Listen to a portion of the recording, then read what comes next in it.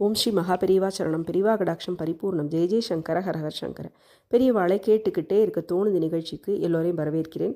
இன்றைக்கி நம்ம பார்க்க போகிற பெரியவாளோட மகிமை வாயில்லா ஜீவனுக்கு கிட்டிய கருணை. மானுடர்களுக்கு மட்டும் இல்லாமல் சகல ஜீவராசிகளிடமும் ஸ்ரீ மகாபெரிவா காட்டும் கருணையின் அளவே சொல்ல முடியாது. ஒரு முறை ஒரு செல்வந்தர் பெரிய காரில் மடத்தில் வந்து இறங்குறார். அவர் முகத்தில் வேதனை. அது அவர் வளர்க்கும் நாயின் மேலே கொண்ட கவலையில் எழுந்த வேதனை.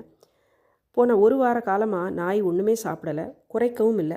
மிருக வைத்தியரிடமும் கூட்டின்னு போயாச்சு. டாக்டருக்கும் நாயின் போக்கு ரொம்ப புதிராகவே இருந்தது. அவரால் குணப்படுத்த முடியலை.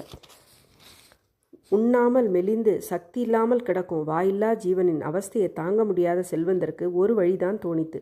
கஷ்டங்கள் எதுவாயினும் கண்கண்ட காஞ்சி மகானே கதி அப்படிங்கிற நம்பிக்கையோட ஸ்ரீமடத்துக்கு காரில் அந்த நாயை கூட்டின்னு வரார். நாயை கார்லேயே விட்டுட்டு உள்ளே போய் ஸ்ரீ பெரியவாழ்னும் காரநீர்கிட்ட நிற்கிறார். இப்படி நாய்க்கு ஒரு குறை நிவர்த்தி தேடி வந்தது மடத்தில் எல்லோருக்கும் அபூர்வமாக தோணினாலும் அவருடைய கவலை முகத்தை பார்த்தபோது அதற்கு ஸ்ரீபெரிவா அருள் புரியணுமே அப்படின்னு அந்த கைங்கரி அன்பர் பாலுவுக்கு தோன்றது. உடனே பெரியவாள்கிட்ட இந்த செல்வந்தரின் முறையீட்டை பற்றி ஸ்ரீபாலு எடுத்து சொல்லி அதுக்கு ஸ்ரீபெரிவா அருளணும்னு விண்ணப்பிக்கிறார். கருணையும் கரைந்தது.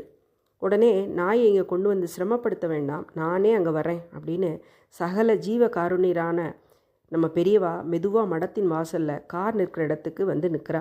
கார் கதவை திறந்து விடுங்கோ அப்படின்னு பெரியவா சொன்ன உடனே கார் கதவை திறந்ததும் அந்த நாய் எதுக்கோ கட்டுப்பட்டது போல் இறங்கி நிற்கிறது. செருப்பு இருக்கா அப்படின்னு பெரியவா கேட்டுட்டு, பாதரட்சை இல்லை, தோல் செருப்பு அப்படிங்கிறா பெரியவா. பக்கத்தில் ஒரு சிப்பந்தி போட்டுன்னு இருந்த செருப்பை கொண்டு வந்து கொடுக்குறா. அதை நாயின் ஒரு பக்கமாக வைக்க சொல்கிறா.